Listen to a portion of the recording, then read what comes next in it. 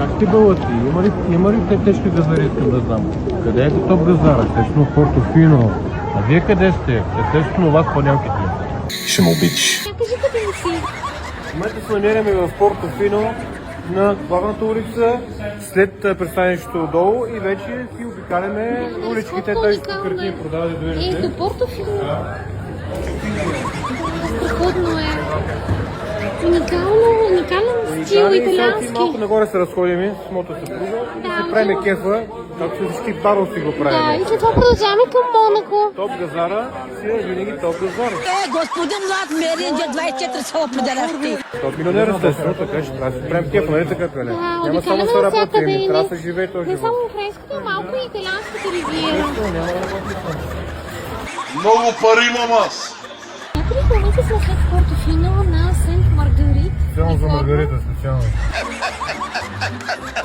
Специално за Маргарита, специално. Абсолютно, вижте колко е красиво. Типични италиански сгради. И манекена